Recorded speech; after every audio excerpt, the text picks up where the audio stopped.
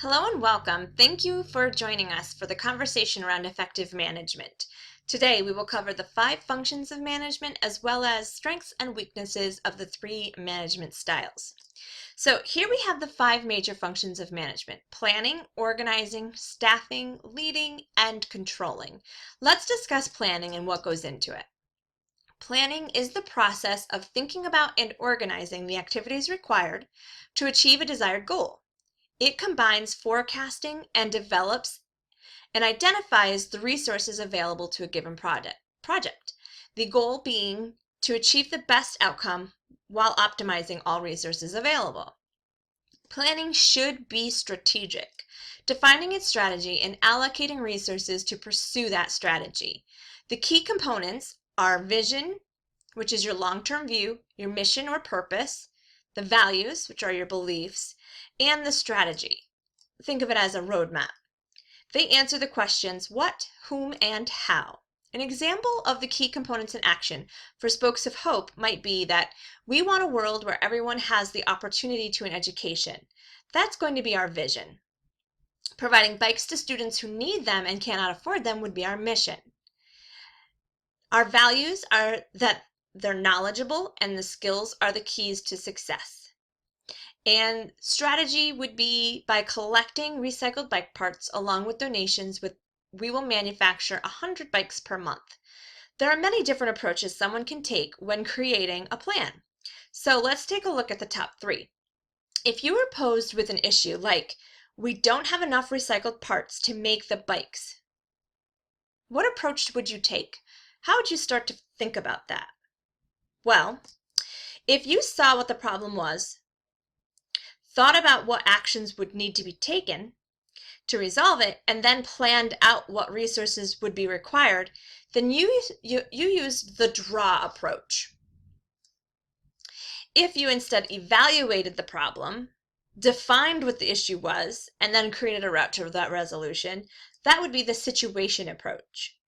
And I'm probably sure you're a little familiar with the SWOT, or the strengths, weaknesses, opportunities, and threats. The strengths and the weaknesses really take into consideration your organization, while you're also thinking about those external factors for the opportunities and threats. After the planning phase, we move into the organization, or organizing. Organizing normally follows the planning stage, and it looks at the relationships among the workers and making optimal use of the resources to accomplish their objective.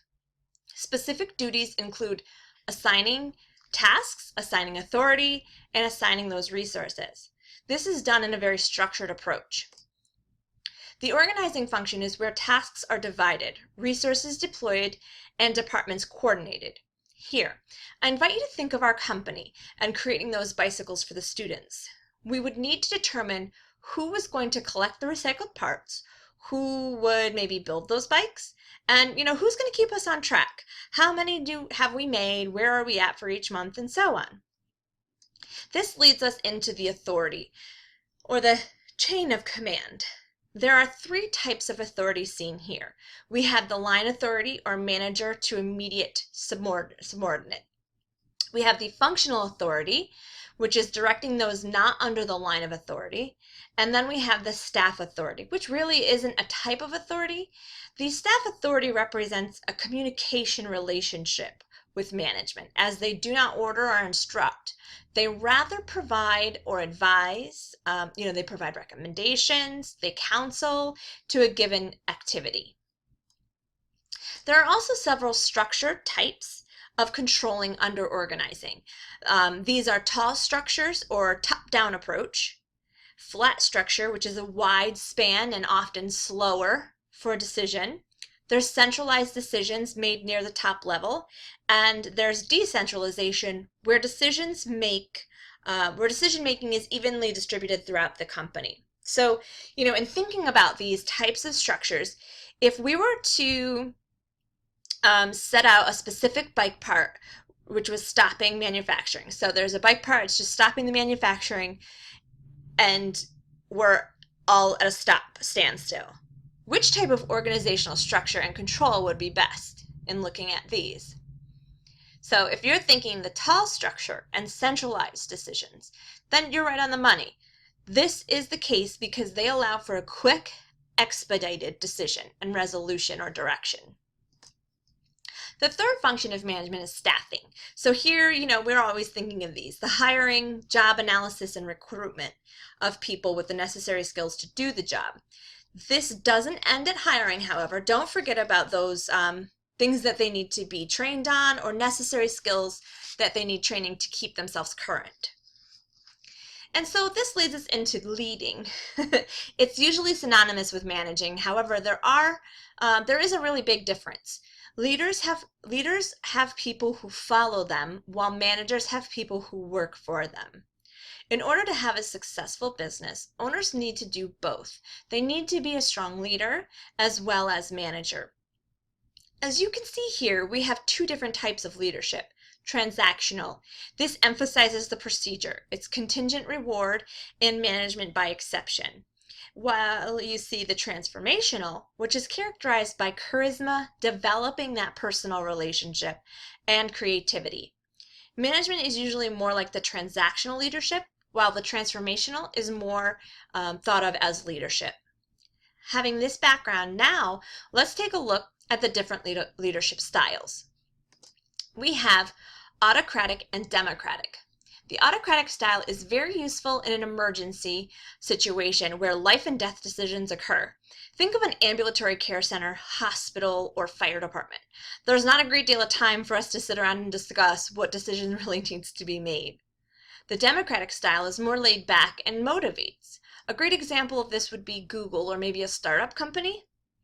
They approach decisions in a collaborative fashion rather than one person making all the decisions. And lastly, we have the controlling function in management. This is the ability of the leader or manager to ensure the planned outcome comes to fruition. Throughout the process of achieving the vision and objective of controlling it's to point out those weaknesses and errors in order to rectify or prevent reoccurrence. Here we have the characteristics of control. It is the continuous process embedded in every level of the organization, forward-looking, linked to planning, and it really keeps the end goal in mind. The elements of control are charismatic or characteristics of condition to be controlled: the sensor, the comparator, and the activator.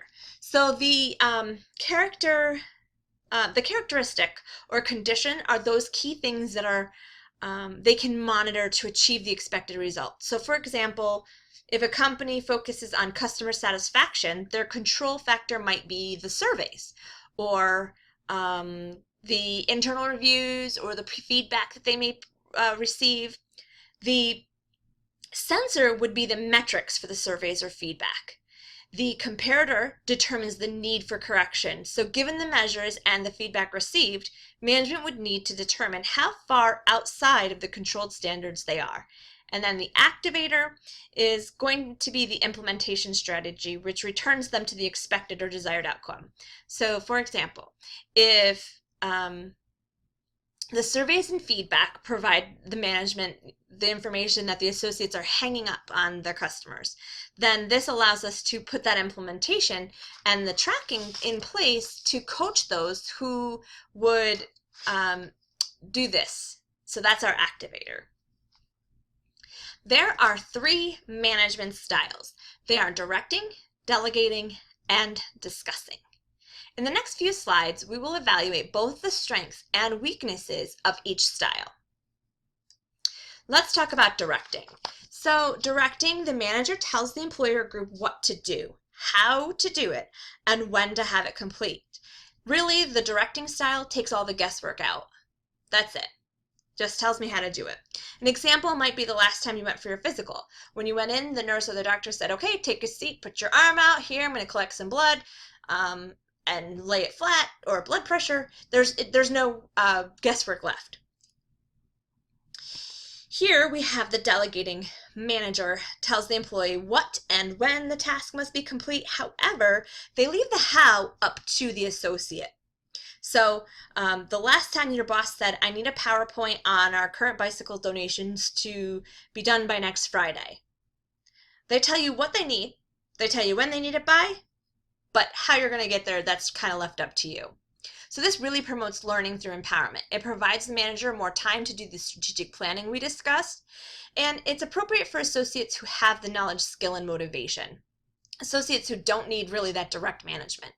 It decreases the feedback provided because it's really more feedback required from the associate versus the manager to the associate, and the potential to delegate to top associates rather than across your team.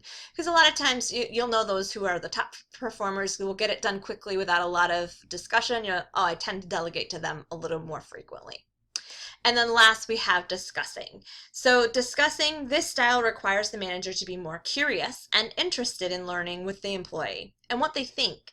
The key here is to ask genuine questions, probe and dig. Ask follow-up questions if needed. Pay attention to body language because there's a lot you can learn from the body language, and really come with an open mind. As you can see under the weaknesses, be sure not to come with a decision already made. It's a lot of times we ask questions to get to the decision we're thinking about rather than having an open mind and a true discussion around it. A lot of benefits here, opportunities to influence and answer the questions. Associates have ideas and confidence to speak up, but it can be a little time consuming because there's a lot of collaboration, but depending on the situation, it might be the best option for you. So thank you everyone for your time. What questions might you have?